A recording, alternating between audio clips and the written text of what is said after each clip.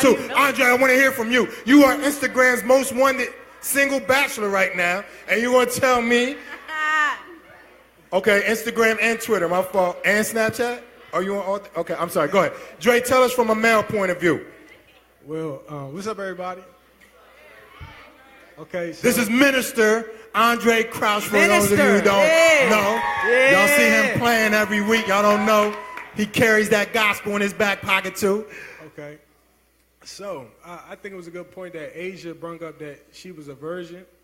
And I could come from a male point of view and say I'm a virgin as well. I'm 23 years old. Right? Yeah. Right? But I didn't do it for the applause or for people to say, oh man, I did it for one reason, you know what I'm saying? I changed my motives.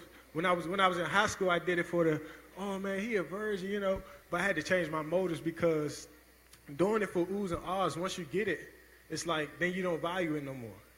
But once you change your goals and say, no, I only do this strictly because I love God, then you will value it no matter what the situation is, right? Yeah. So one thing about me, how I stayed focused, is that I didn't date nobody that didn't have the same standards as me. So I didn't want to date somebody, and man, I didn't want to date somebody that did it just because they was with me. I didn't want to date nobody that tolerated it. I wanted to date somebody that had the same standards, because if there's a moment where I'm weak because they have the same standards, they will protect their standards and mine. So, you preaching? Nah, That's good. That's why it's important to. I think at a young age, what I made a mistake at when I was in high school, I didn't get to know myself. So I was sitting here trying to get to know females, get to know somebody else without knowing myself first.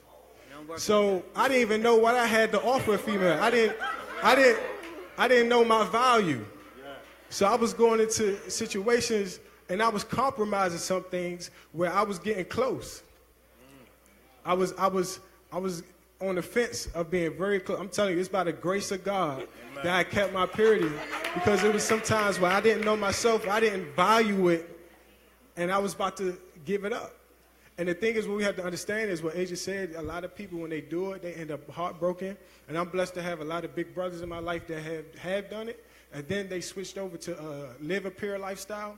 And they talk about the different things how it creates bondage, soul ties. And one thing we have to understand, that even though it may feel good, it's not good for us, right? Like the pleasure is not worth the bondage that comes with it, right? So it's a blessing. And this is the last thing. That it's important to understand that why we shouldn't get this intimate with people without getting to know them, because you're creating sex is one of the greatest bonds that you could ever put together, right? So you're creating a great bond with somebody that you don't even know. So now you feel like you have these feelings for somebody that you really don't like. Now you don't even know their personality. Now you're connected to somebody that you don't even want to be with for real. You know what I'm saying? So that's why it's important to wait till marriage. Because a lot of times, like, I know, Rev, you heard about when Steve Harvey came out that book and created the 90-day rule, right? Well, how do you know people can fake you out and put a mask on for 90 days? They can do it for 3 years. They can do it for 3 years. They can wait you out.